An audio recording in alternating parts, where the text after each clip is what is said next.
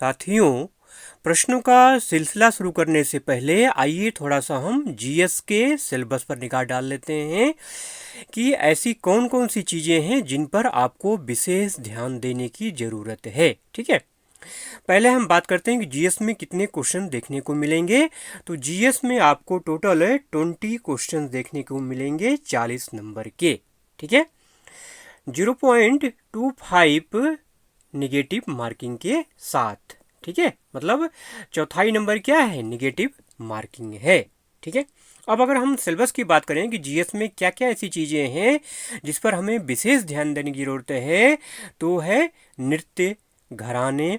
नृत्य में आपका जो है शास्त्रीय नृत्य और लोक नृत्य। ठीक है, घराने कौन कौन से हैं, वादक।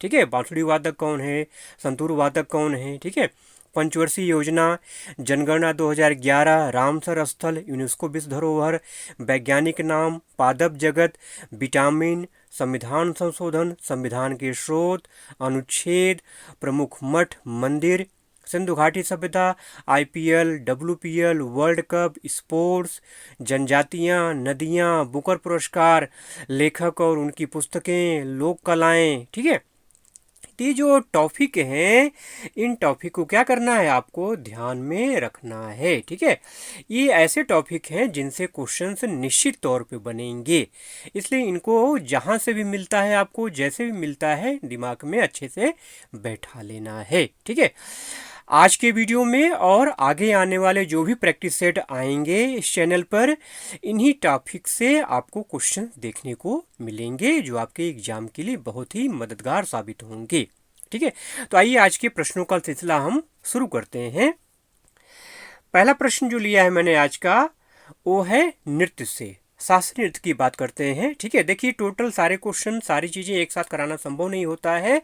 धीरे धीरे जैसे जैसे प्रैक्टिस सेट आते जाएंगे वैसे वैसे चीज़ों को मैं डीप में लेता जाऊंगा। ठीक है, पहला क्वेश्चन ये है कि निम्न में से कौन सा नृत्य असम का एक शास्त्रीय नृत्य है। ठीक है, तो इसका जो राइट आंसर है वो है ऑप्शन नंबर बी, सत्रिया नृत्य। सत्रिया नृत्य जो है ये असम का क्या है, शास्त्रीय नृत्य है। ठीक है, अब अगर हम बात करें डिटेल में कि टोटल शास्त्रीय नृत्य हैं कितने, तो टोटल जो शास्त्रीय नृत्य हैं वो हैं 8। कौन कौन से, भरतनाट्यम पहला तमिलनाडु का है, दूसरा है कथकली केरल का, तीसरा है मोहिनीअट्टम केरल का है, कुचिपुड़ी आंध्र प्रदेश, ओडिसी उड़ीसा, मणिपुरी मणिपुर, सत्रिया असम और कथक उत्तर प्रदेश। अब जरा आप ध्यान दीजिए नंबर 2 और नंबर 3 पर। ठीक है, केरल के 2 शास्त्रीय नृत्य हैं, कौन कौन से, कथकली और मोहिनी अट्टम। ठीक है, ध्यान दे रहे हैं, उत्तर प्रदेश का केवल एक है, कथक है। ठीक है, मतलब दक्षिण भारत में जो शास्त्रीय नृत्य हैं उनकी संख्या ज़्यादा है। ठीक है, अब थोड़ा सा और डिटेल में अगर मैं चलूँ, आपको जो है शास्त्रीय नृत्य के बारे में बात करते हैं जो कि आपका ऑप्शन था। तो शास्त्रीय नृत्य के जो प्रवर्तक हैं वो श्रीमंत शंकर देव। ठीक है, एक वैष्णव संत थे, समाज सुधारक थे। ठीक है, इनको शास्त्रीय नृत्य का प्रवर्तक माना जाता है। ठीक है, अच्छा एक चीज और जानती है, शास्त्रीय नृत्य जो है सबसे नवीन शास्त्रीय नृत्य है, मतलब 2000 में इसको शास्त्रीय नृत्य का दर्जा मिला है। सबसे पुराना कौन सा है, वो है भरतनाट्यम। ये भी आपको ध्यान में रखना है, इस टाइप के क्वेश्चन पूछे जाते हैं एग्जाम में। ठीक है, चलिए अगले प्रश्न की अगर बात करूं, तो निम्नलिखित में से कौन सा त्योहार असम का एक फसल कटाई उत्सव है। ठीक है, चलिए पहले असम की ही बात कर लेते हैं हम। पहले हमने असम के एक शास्त्रीय नृत्य की बात किया। ठीक है, अब हम बात कर लेते हैं वहाँ के फसल कटाई उत्सव की। बहुत महत्वपूर्ण क्वेश्चन है, ये बार बार पूछा जाता है। तो इसका जो राइट आंसर है वो है Magh Bihu, option number A इसका राइट आंसर। माघ बिहू क्या है, एक फसल कटाई उत्सव है। ठीक है, आइए थोड़ा डिटेल में बात कर लेते हैं। देखिए जो बिहू त्योहार है ये 3 प्रकार का होता है। बिहू जो है मौसम के हिसाब से 3 है। पहला है रंगोली बिहू या रंगाली बिहू, जिसको बोहाग बिहू भी कहा जाता है। ठीक है, ये फसल बुवाई की शुरुआत का प्रतीक है। आपसे पूछा जाएगा कि असम में फसल बुवाई की शुरुआत के प्रतीक के रूप में कौन सा त्योहार मनाया जाता है, तो आप क्या बताएंगे, बोहाग बिहू। इसे नए वर्ष का शुभारंभ भी होता है। ठीक है। अगला है भोगाली बिहू या माघ बिहू, ये है फसल कटाई का त्योहार। ठीक है। और तीसरा है काली बिहू या कांगली बिहू, ये क्या है, सरती का एक मेला है। तो मेरे भाई अब ध्यान रहेगा आपको ना, बिहू कितने हैं, 3, रंगाली बिहू, भोगाली बिहू और काली बिहू। ठीक है। अब आइए आपको समय बता देता हूँ। बोहाग जो है ये बैसाख मतलब अप्रैल मध्य के मध्य मनाया जाता है। माघ बिहू जो है जनवरी के मध्य में। और काटी जो है ये कार्तिक देखिए नाम मैच करें ना, कार्तिक महीना हिंदू धर्म के साथ कार्तिक महीने में काटी बिहू मनाया जाता है, जो अक्टूबर के मध्य में होता है। ठीक है, काती बिहू या कांगली बिहू। ठीक। तो आपसे समय भी पूछा जाता है, समय के आधार पर भी प्रश्न बनते हैं कि माघ बिहू किस महीने में मनाया जाता है। ठीक है। अब हम बात करें जो ऑप्शन आपके थे अंबुबाची मेला, तो अंबुबाची मेला का संबंध भी किससे है, असम से है। माँ कामाख्या के मंदिर में ये मेला लगता है, अंबुबाची मेला। ठीक है। असम में मनाए जाने वाले अन्य जो त्यौहार हैं वो है माजुली महोत्सव, हाथी महोत्सव, चाय महोत्सव, देहिंग पटकाई महोत्सव। ठीक है। और ब्रह्मपुत्र महोत्सव, ये सब असम के महत्वपूर्ण त्यौहार हैं जो बार बार एग्जाम में रिपीट होते हैं। वहीं अगर बात करूँ वंगाला की, तो वंगाला जो है ये मेघालय का त्यौहार है। ठीक है। अगले प्रश्न की अगर बात करूँ तो स्टेडियम से संबंधित है, एक प्रकार समझिए खेलों से संबंधित क्वेश्चन है कि अरुण जेटली स्टेडियम जो कि दिल्ली में स्थित है पहले किस नाम से जाना जाता था। तो कुछ स्टेडियम के नाम चेंज किए गए हैं, बदले गए हैं, ऐसे प्रश्नों पर आपको थोड़ा सा ध्यान देने की जरूरत है, पूछे जा सकते हैं। ठीक है।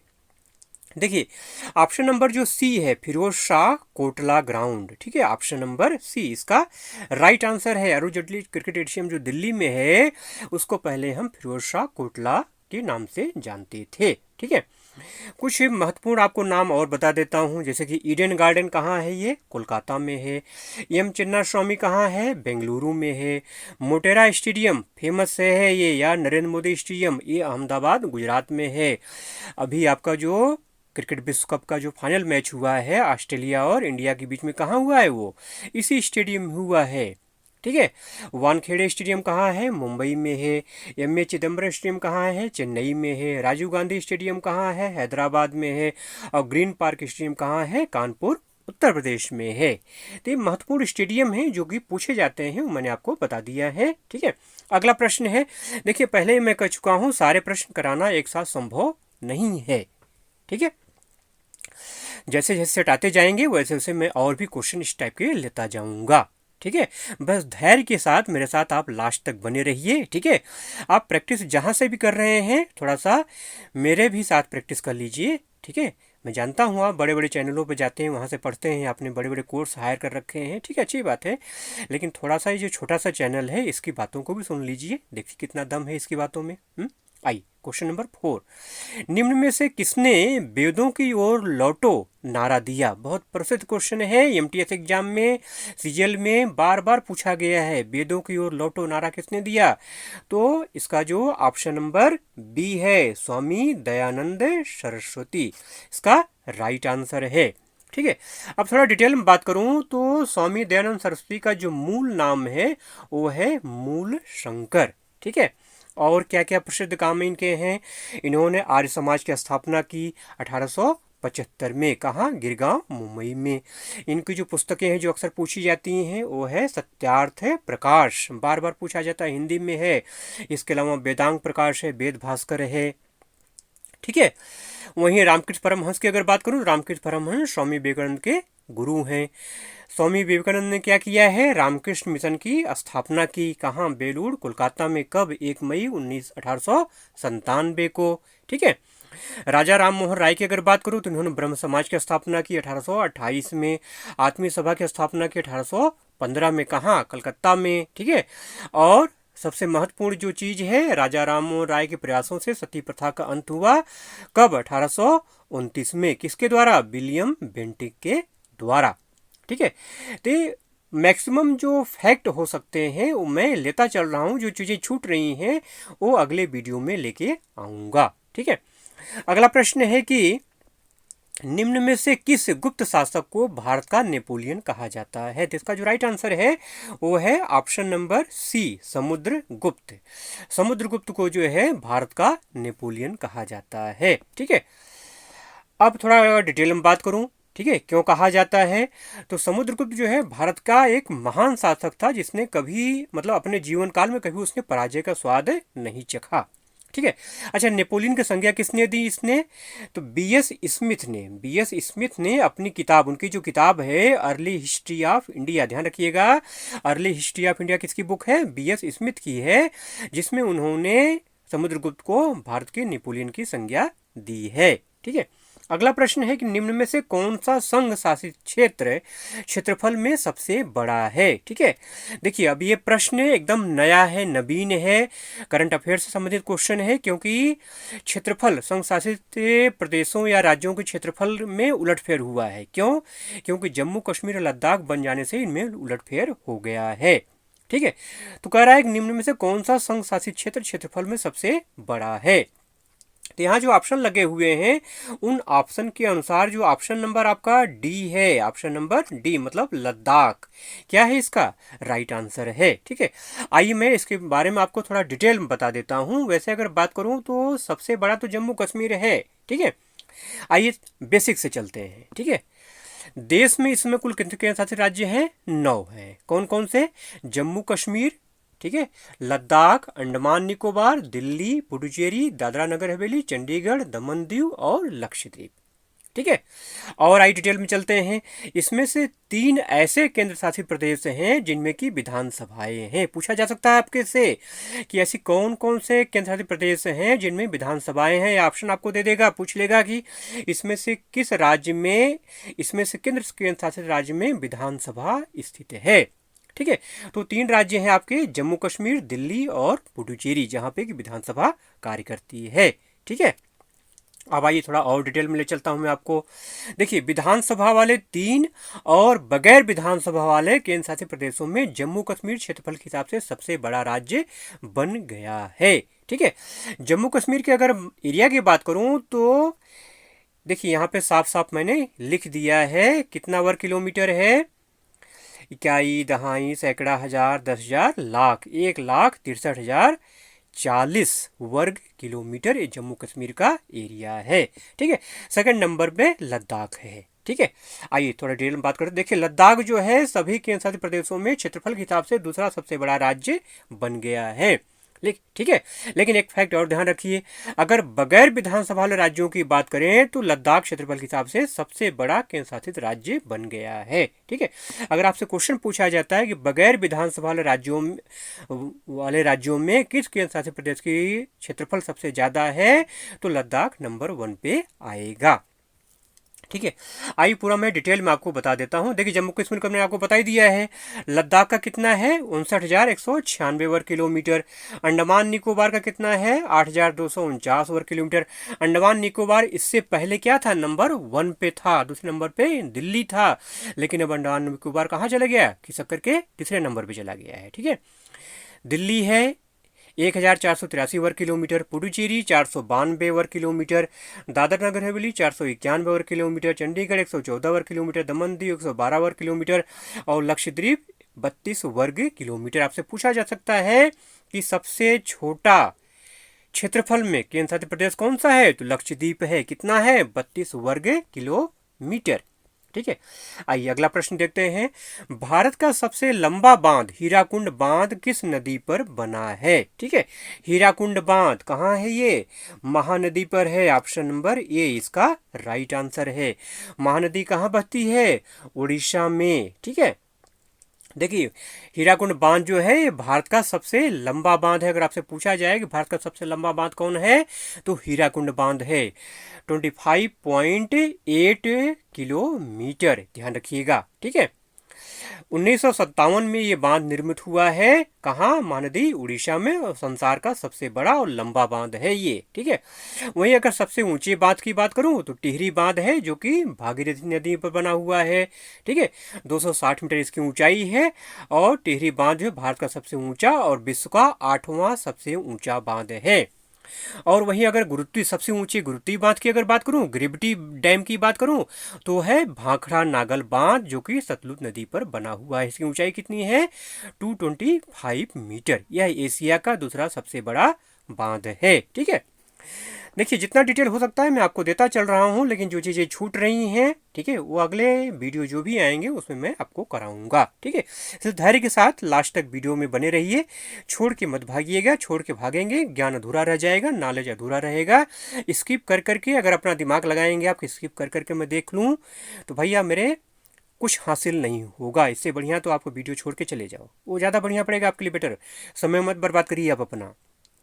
और एक चीज़ मैं बताना भूल गया कि हो सके तो मेरे साथ साथ आप नोट्स बनाते चलिए। जो चीज़ें मैं बता रहा हूँ, जो एक्स्ट्रा फैक्ट दे रहा हूँ, वैसे पीडीएफ का लिंक डिस्क्रिप्शन में दिया हुआ है, पीडीएफ आप डाउनलोड कर लीजिए। ठीक है, मिल जाएगा पीडीएफ आपको फ्री ऑफ कॉस्ट, कोई पैसा आपको नहीं देना है। लेकिन मेरे भाई, अगर आप नोट्स बनाएंगे ना, देखिए लिखा हुआ और मुंह से बोला हुआ अमर हो जाता है, कभी भूलता नहीं, हमेशा याद रहता है। आप स्क्रीनशॉट ले लोगे, पीडीएफ डाउनलोड कर लोगे, ये चीज़ें पड़ी रहेंगी मोबाइल में, आप कभी नहीं पढ़ोगे, आप मन ही नहीं लगेगा आपका। ठीक है, देखिए डिजिटल जो दुनिया है तो बड़ी कमाल की चीज़, बहुत बढ़िया चीज़ है, लेकिन थोड़ा सा इससे दूरी जरूरी है। कभी कभी हमें डिजिटल उपवास भी रखना चाहिए। ठीक है, किसने कहा है ये? हमारे आदरणीय प्रधानमंत्री नरेंद्र मोदी का कथन है कि हमें डिजिटल उपवास भी रखना चाहिए। ठीक है, ये क्वेश्चन भी बन सकता है। हाँ चलिए, अच्छा क्वेश्चन नंबर 8, निम्नलिखित में से कौन सा शब्द भारतीय संविधान के प्रस्तावना में नहीं लिखा है? ठीक है, देखिए मैं संविधान की बात कर रहा हूँ तो प्रस्तावना से मैंने स्टार्ट किया, डीप में नहीं जा रहा हूँ अभी। ठीक है, शुरुआत प्रस्तावना से ही करते हैं, प्रस्तावना से ढेरों क्वेश्चन बन जाते हैं। ठीक है, तो प्रस्तावना में ये पूछा जाता है कि समाजवादी शब्द, देखिए आइए चलते हैं आंसर पे चलते हैं। देखिए समाजवादी, संप्रभुता और पंथ निरपेक्ष, ये जो शब्द हैं ये क्या है? भारतीय संविधान के प्रस्तावना में है। लेकिन जो साम्यवादी है, मतलब जो ऑप्शन नंबर ए है, इसका जिक्र कहीं भारतीय संविधान के प्रस्तावना में नहीं है। ठीक है, देखिए हमारा जो संविधान है ये विश्व का सबसे बड़ा लिखित संविधान है। ठीक है, अभी आपका दिल्ली पुलिस का जो एग्जाम हुआ उसमें पूछा गया था। ठीक है, भारतीय संविधान के निर्माता किसको जाना जाता है? मतलब प्रारूप समिति के अध्यक्ष कौन थे? वो डॉक्टर भीमराव अंबेडकर थे। संविधान सभा के अध्यक्ष कौन थे? डॉक्टर राजेंद्र प्रसाद थे। ठीक, चलिए अगले प्रश्न पे चलते हैं। भारत ने पहला विश्व कप किस वर्ष जीता था? तो ऑप्शन नंबर जो सी है 1983, 1983 में हमारे भारत ने पहला विश्व कप जीता था। अब बात आती है कि इसके पहले क्यों नहीं जीता, या विश्व कप की शुरुआत कब हुई? तो विश्व कप की जो शुरुआत हुई है वो 1975 में हुई है, और जो पहला विजेता था वो वेस्ट इंडीज था। दूसरा विश्व कप जो हुआ 1979 में हुआ है, इसका विजेता भी वेस्ट इंडीज है। तीसरा जो विश्व कप हुआ है 1983 में हुआ है, इसका विजेता हमारा प्यारा भारत है। किसको हरा करके? 2 बार के विश्व कप विजेता वेस्ट इंडीज को हरा करके। कहाँ हुआ था ये match? Lord cricket ground England में हुआ था। ठीक है, और 2011 का जो क्रिकेट विश्व कप था उसका विजेता भी भारत है। इस प्रकार से भारत ने 2 बार क्रिकेट विश्व कप जीता है। ठीक है, विश्व कप में और सारी बातें हैं, बहुत सारी बातें हैं, लेकिन सारी बातें एक साथ बताना संभव नहीं है। धीरे धीरे करके मैं सारे फैक्ट लेके आपके सामने आऊंगा। ठीक है, क्वेश्चन नंबर 10 की अगर बात करूं तो यूनेस्को विश्व धरोहर से संबंधित क्वेश्चन है। ठीक है, यहां से क्वेश्चन निश्चित तौर पे बनेंगे। ठीक है, आपसे पूछा गया है कि शांति निकेतन को यूनेस्को द्वारा विश्व विरासत की सूची में कब शामिल किया गया? ठीक है, तो इसका जो राइट आंसर है वो है ऑप्शन नंबर डी, 2023 में। ठीक है, पश्चिम बंगाल में है ये शांति निकेतन। कहाँ है? पश्चिम बंगाल का है। थोड़ा डिटेल में अगर बात करूं तो यह पश्चिम बंगाल का दूसरा सांस्कृतिक प्रतीक है जिसे यूनेस्को द्वारा विश्व विरासत सूची में शामिल किया गया। ये भारत का 41वां विश्व धरोहर स्थल है। ठीक है, कोलकाता का प्रथम प्रतीक क्या है? दुर्गा पूजा, जिसे यूनेस्को ने 2021 में मानवता की अमूर्त सांस्कृतिक विरासत की सूची में शामिल किया था। ठीक है, ओके, चलिए क्वेश्चन नंबर 11 की अगर बात करूं, साइंस का क्वेश्चन है, नीला थोथा का रासायनिक सूत्र क्या है? तो नीला थोथा का जो रासायनिक सूत्र होता है वो है CuSO4, कॉपर सल्फेट। ठीक है, HCl की अगर बात करूं तो HCl को बोलते हैं हाइड्रोक्लोरिक एसिड। ठीक है, H2SO4 को blue oil of vitriol, oil of vitriol या कशीश का तेल या अम्लों का राजा कहा जाता है। FeSO4 की अगर बात करूं तो इसको फेरस सल्फेट बोलते हैं या हरा विट्रियोल कहा जाता है। ठीक है, क्वेश्चन नंबर 12 है, निम्नलिखित में से कौन सा विटामिन जल में घुलनशील है। ठीक है, तो जल में घुलनशील विटामिन याद रखने का सबसे आसान तरीका है वर्षा। क्या है? वर्षा, वर्षा। ठीक है, मतलब बी और सी, विटामिन बी और सी ये क्या है? जल में घुलनशील है। बी और सी के अलावा जो भी विटामिन बचते हैं वो मतलब A, D, E, K ये क्या है? वसा में घुलनशील विटामिन है। याद करने का सबसे आसान तरीका है वसा में घुलनशील विटामिन कौन कौन से हैं। अगर आपको याद करना हो कि वसा में घुलनशील विटामिन कौन कौन से हैं तो जान जाइए वसा, वसा का मतलब वर्षा। ठीक है, वर्षा मतलब ये वर्षा जो है क्या है? जल में घुलनशील विटामिन है। तो जो बच गया वो क्या हो गया? वो वसा में घुलनशील विटामिन हो गया, मतलब ADE, K। ठीक है, ये तो हो गई फैक्ट की बात।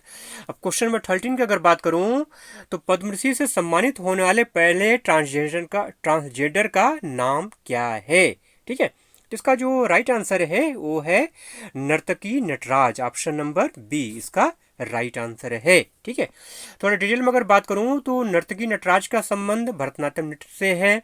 आप तमिलनाडु की रहने वाली हैं और 2014 में पद्मश्री से सम्मानित किया गया। अगले प्रश्न की अगर बात करूं, किस राज्य में स्थित चिल्का झील को सर्वप्रथम रामसर स्थल घोषित किया गया। ठीक है, चिल्का झील कहाँ है? ये उड़ीसा में है, उड़ीसा में है चिल्का झील। ठीक है, खारे पानी की ये झील है। ठीक है, 1981 में 1981 में चिल्का झील को रामसर स्थल घोषित किया गया। ध्यान रखिएगा ये भारत का पहला रामसर स्थल है, सबसे पुराना रामसर स्थल है ये। ठीक है, भारत में कुल 75 रामसर स्थल हैं। ठीक है, सबसे ज्यादा रामसर स्थल कहाँ है? तमिलनाडु में है और दूसरे नंबर पे उत्तर प्रदेश का नंबर आता है।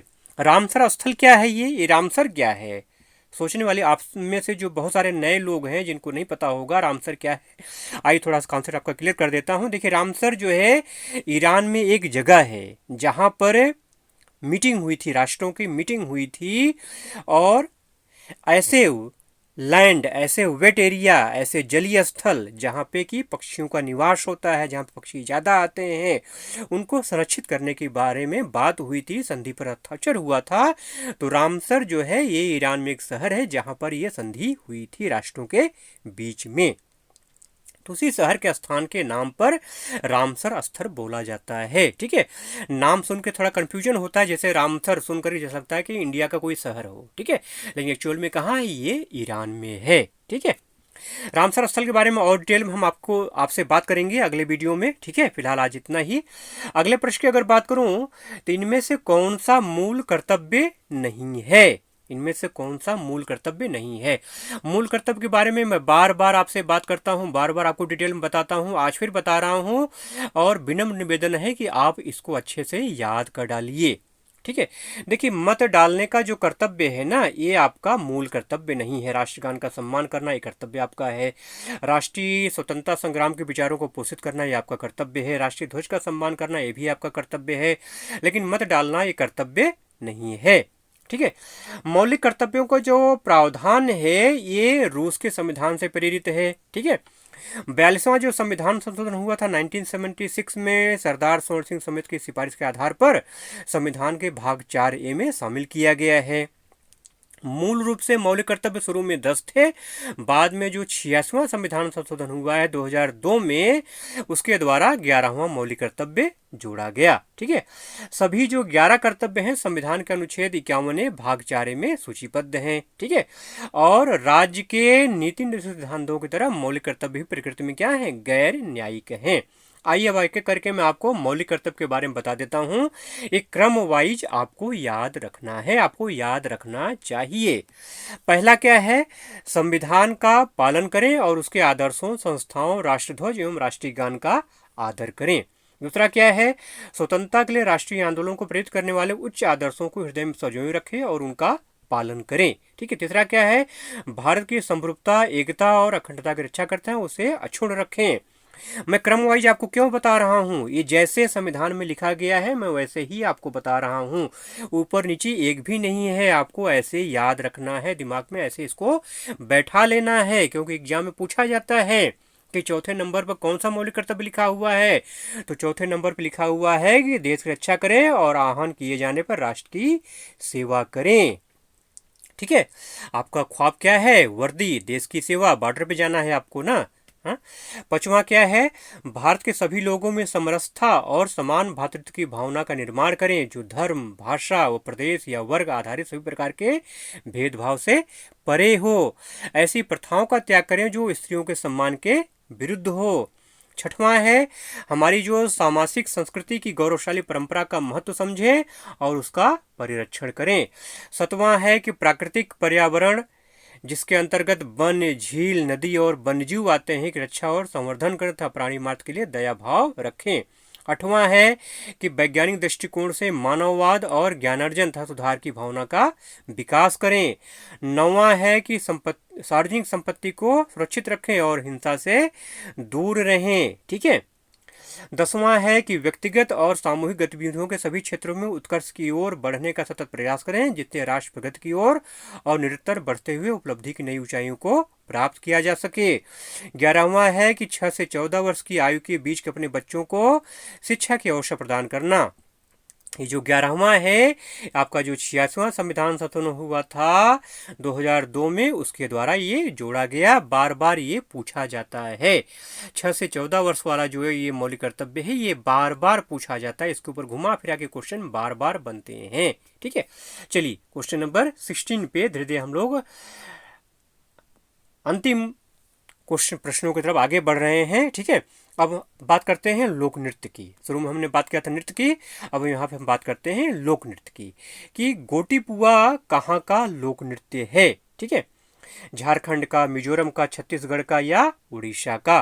तो गोटी पुआ जो नृत्य प्रारूप है ये उड़ीसा राज्य का एक लोक नृत्य है। ठीक है, आपसे अगर पूछा जाए कि गोटी पुआ लोक नृत्य किस भगवान के मंदिर में किया जाता है, तो भगवान जगन्नाथ के गुणों का गुणगान करने के लिए किया जाता है। और विशेष बात क्या है, ये नृत्य लड़कों द्वारा, युवा लड़कों के द्वारा किया जाता है और महिलाओं का भेष धारण करके। ठीक है, इसलिए ये क्वेश्चन महत्वपूर्ण है। उड़ीसा के और लोग जो लोकप्रिय नृत्य हैं वो हैं ओडिसी शास्त्रीय नृत्य हो गया, तो आपका छऊ है, चैती घोड़ा है, डंडा नाटा है, मेधा नाचा है, चांगो है, नृत्य है, कर्म नृत्य है। ये सब उड़ीसा के क्या है, प्रमुख लोक नृत्य हैं। ठीक है, क्वेश्चन नंबर 17 की अगर बात करूं तो पंचवर्षीय योजना से क्वेश्चन है कि पहली पंचवर्षीय योजना का उद्देश्य क्या था। ठीक है, अब पंचवर्षीय योजना की अगर हम बात कर रहे हैं तो पहले हम पहली पंचवर्षीय योजना से बात करते हैं। देखिए, पहली पंचवर्षीय योजना का उद्देश्य क्या था, ऑप्शन नंबर बी, कृषि विकास, इसका राइट आंसर है ऑप्शन नंबर बी। ठीक है, अब देखिए पंचवर्षीय योजना से बहुत प्रकार के क्वेश्चन बनते हैं, किस मॉडल पर आधारित था, कब से कब तक चला। ठीक है, पंचवर्षीय योजना के ऊपर डिटेल्ड वीडियो मैंने बना रखा है। ठीक है, जाके उसको आप जरूर से एक बार देख लीजिएगा और अच्छे से तैयार कर लीजिएगा। ठीक है, तो ये तो मैंने आपको बता दिया कि पहली पंचवर्षीय योजना का उद्देश्य क्या था, कृषि विकास। ठीक है, दूसरी का उद्देश्य क्या था, औद्योगिक विकास। तीसरी का उद्देश्य क्या था, अर्थव्यवस्था को स्वतंत्र बनाना। और चौथी योजना का उद्देश्य था विकास के साथ स्थिरता और आत्मनिर्भरता की उपलब्धि प्राप्त करना। ठीक है, पंचवर्षीय योजना की जब बात हो रही है तो यहीं पर एक क्वेश्चन मुझे ध्यान में आता है जो कि बार बार आपसे पूछा गया है। ठीक है, दिल्ली पुलिस का जो एग्जाम हुआ है उसमें ये क्वेश्चन आपसे बार बार पूछा गया है। क्या पूछा गया है आपसे बार बार, कि परिवार नियोजन जो कार्यक्रम है। ठीक है, चलिए मैं आपको यहाँ पर एक होमवर्क दे देता हूँ। वीडियो देखने के बाद या वीडियो आप जब देख रहे हैं तो कमेंट करके इसका आंसर जरूर से लिखिएगा। ठीक है, क्वेश्चन क्या है, देखिए मैं फिर से रिपीट कर रहा हूँ। दिल्ली पुलिस में क्वेश्चन बार बार पूछा गया इस बार कि किस पंचवर्षीय योजना में परिवार नियोजन कार्यक्रम लागू किया गया। ठीक है, बहुत महत्वपूर्ण क्वेश्चन है ये, क्वेश्चन एसएससी जीडी में आ सकता है। ठीक है, किस पंचवर्षीय योजना में परिवार नियोजन कार्यक्रम लागू किया गया, तो इसका आंसर आप राइट करके कमेंट बॉक्स में जरूर से लिखिएगा। ठीक है, और डिटेल में लिखिएगा। ठीक, चलिए क्वेश्चन नंबर 18 की अगर बात करूं तो पुस्तक की बात कर लेते हैं। बिकमिंग, बिकमिंग जो बुक है ये किसकी रचना है? ठीक है, ये भी दिल्ली पुलिस एग्जाम में आया हुआ क्वेश्चन है ये। तो बिकमिंग जो पुस्तक है ये मिशेल ओमाबा की रचना है। ठीक है, वहीं अगर हम बराक ओबामा की बात करें तो अ प्रॉमिस्ड लैंड जो फेमस पुस्तक इनकी है, जो बार बार पूछी जाती है। ड्रीम ऑफ माई फादर ये भी इनकी पुस्तक है। ठीक है, वहीं अगर नेल्सन मंडेला की बात करूं तो लॉन्ग वॉक टू फ्रीडम ये नेल्सन मंडेला की आत्मकथा है। ठीक है, जोनाथन स्विफ्ट की अगर बात करूं तो Gulliver's travel, battle of books ये इनकी महत्वपूर्ण पुस्तकें हैं जो बार बार रिपीटेड हैं, पूछी जाती हैं। ठीक है, क्वेश्चन नंबर 19 की अगर बात करूं तो 15 जुलाई 2023 को थोड़ा सा एक करंट अफेयर से रिलेटेड क्वेश्चन है, महत्वपूर्ण क्वेश्चन है। ठीक है, 15 जुलाई 2023 को विश्व युवा कौशल दिवस के अवसर पर प्रधानमंत्री कौशल विकास योजना के द्वारा जम्मू कश्मीर की किस लोक कला या हस्तकला को निर्यात की मंजूरी मिली? देखिए, करंट अफेयर से जो क्वेश्चन बनेंगे आपके एग्जाम में वो 2 से 3 क्वेश्चन या 1 से 2 क्वेश्चन, उससे ऊपर नहीं जाने वाला है। ठीक है, लेकिन करंट अफेयर्स आप चाहो तो छोड़ सकते हो। करंट अफेयर्स के पहले जो टॉपिक मैंने ऊपर गिनाए हैं आपको, उन पे आपको ध्यान देना ज़्यादा जरूरी है। ठीक है, 15 जुलाई 2023 को विश्व युवा कौशल दिवस। एक चीज़ तो आपका यहाँ क्लियर हुआ कि विश्व युवा कौशल दिवस कब मनाया जाता है। तो 15 जुलाई को मनाया जाता है। हर साल 15 जुलाई को विश्व युवा कौशल दिवस मनाया जाता है। ये क्वेश्चन तो यहाँ से आपका क्लियर हुआ ही है। ठीक है, दूसरा क्वेश्चन यहाँ ये बनता है कि प्रधानमंत्री कौशल विकास योजना की शुरुआत कब हुई? तो 2015 में हुई। 2 क्वेश्चन यहाँ से बन गए आपके। ठीक है, अब यहाँ पे एक बात आ रही है कि जम्मू कश्मीर की किस लोक कला, जम्मू कश्मीर की लोक कला के बारे में बात हो रही है जिसको निर्यात की मंजूरी मिली है। चलिए आंसर बता देता हूँ आपको। ऑप्शन नंबर जो ए है नमदा कला, इसका राइट आंसर है। अब नमदा कला के बारे में आपको डिटेल में बता देता हूँ। देखिए, नमदा कला का जो संबंध है ये मुगलों से है।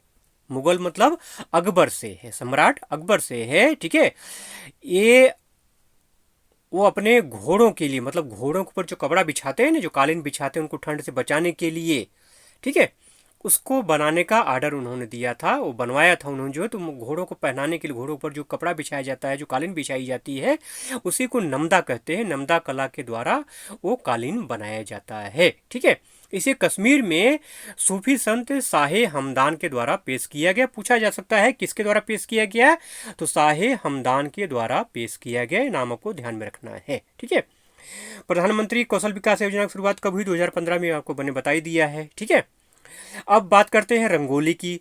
तो रंगोली ये महाराष्ट्र की लोक कला है। ठीक है, मधुबनी पेंटिंग बिहार की लोक कला है। चिकनकारी ये लखनऊ उत्तर प्रदेश की लोक कला है। ठीक है, अगला प्रश्न और आज का अंतिम प्रश्न है। ठीक है, 20 प्रश्न आपके एग्जाम में आएंगे। 20-20 का सेट, 20-20 प्रश्नों का सेट लेकर के मैं आपके सामने हाजिर होऊंगा अगली बार। ठीक है, निम्नलिखित में से किस पुस्तक को अंतर्राष्ट्रीय बुकर पुरस्कार 2023 प्रदान किया गया है? देखिए, बुकर पुरस्कार 2 हैं। एक है बुकर पुरस्कार, एक है अंतर्राष्ट्रीय बुकर पुरस्कार। ठीक है, तो आज मैं आपसे अंतर्राष्ट्रीय बुकर पुरस्कार की बात कर रहा हूं। तो अंतर्राष्ट्रीय बुकर पुरस्कार किस पुस्तक को प्रदान किया गया? तो ऑप्शन नंबर जो ए है टाइम शेल्टर, इसको प्रदान किया गया। अब बात करते हैं टाइम शेल्टर है किसकी रचना। तो ये बुल्गारियाई लेखक, ठीक है, बुल्गारिया के लेखक हैं जॉर्जी गोस्पोडिनो। इनका उपन्यास है टाइम शेल्टर, जिसके लिए 2023 का अंतर्राष्ट्रीय बुकर पुरस्कार इनको प्रदान किया गया है। ठीक है, इस उपन्यास का जो अंग्रेजी में अनुवाद हुआ है वो एंजेला रोडेल के द्वारा हुआ है। ठीक है, ठीक, अब अगर हम बात करें बुकर पुरस्कार की, अंतर्राष्ट्रीय बुकर पुरस्कार की बात हो गई। अब अगर आपसे पूछ लिया जाए कि बुकर पुरस्कार 2023 किसे प्रदान किया गया, तो प्रॉफिट सॉन्ग जो पुस्तक है उसको प्रदान किया गया है। इसके लेखक हैं, आयरिश लेखक है पॉल लिंच। ठीक है, पैगंबर सॉन्ग पुस्तक का नाम, या प्रॉफिट सॉन्ग या पैगंबर सॉन्ग को जो है 2023 का बुकर पुरस्कार प्रदान किया गया है। ठीक है, देखिए, जो बुकर पुरस्कार है ये अंग्रेजी साहित्य का पुरस्कार है। ठीक है, बहुत प्रमुख, बहुत फेमस पुरस्कार है ये। ठीक है, और अब तक भारतीय मूल के 4 लेखकों को बुकर पुरस्कार मिल चुका है। ठीक है, अब जो नाम मैं आपको बताने जा रहा हूँ ये पुस्तकें बार बार एग्जाम में पूछी जाती हैं। जैसे देखिए, अरविंद अडिंगा को वर्ष 2008 में व्हाइट टाइगर के लिए पूछा जाता है कि व्हाइट टाइगर किसकी रचना है। ठीक है, इस टाइप से क्वेश्चन बनते हैं। किरण देसाई को वर्ष 2006 में द इरिटेंस ऑफ लॉस के लिए, अरुंधति राय को वर्ष 1997 में the God of small things के लिए, और सलमान रुश्दी को वर्ष 1981 में मिडनाइट चिल्ड्रन के लिए बुकर पुरस्कार मिल चुका है। ठीक है, आपको पढ़ाते पढ़ाते मेरा गला सूख गया है आज। ठीक है, चलिए, लेकिन बड़ी प्रसन्नता मिलती है जब आप लोग लास्ट तक टिके रहते हैं, मेरी बातों को ध्यान से सुनते हैं और उसको अंगीकृत करते हैं, अंगीकार करते हैं। और मैं यही आशा रख के पढ़ाता हूँ आपको, यही आशा रख के चीज़ों को बताता हूँ कि आप भूलेंगे नहीं। ठीक है, न भूलने का एक ही रास्ता है, एक ही तरीका है कि चीज़ों को लिखिए, बार बार उसको प्रैक्टिस करिए, करत करत अभ्यास से जड़मत हो सुजान। ठीक है, ये एकदम फिक्स है, पक्का है, कोई टाल नहीं सकता इसको। ठीक, चलिए आज के वीडियो को यहीं पे एंड करते हैं। वीडियो कैसा लगा आपको कमेंट करके जरूर बताइएगा, और होमवर्क जो मैंने दिया है उसका आंसर जरूर राइट करिएगा, और इस वीडियो को प्लीज़ लाइक शेयर जरूर करिएगा, और चैनल पर अगर नए हैं तो सब्सक्राइब करके बेल आइकन जरूर से प्रेस कर लीजिएगा। ठीक है, अगले वीडियो के नोटिफिकेशन के लिए। ठीक है, अगला वीडियो इससे भी ज़्यादा शानदार, इससे ज़्यादा नॉलेजेबल होगा। ठीक है, पूरा वीडियो आपने देखा, इसके लिए आपका बहुत बहुत धन्यवाद।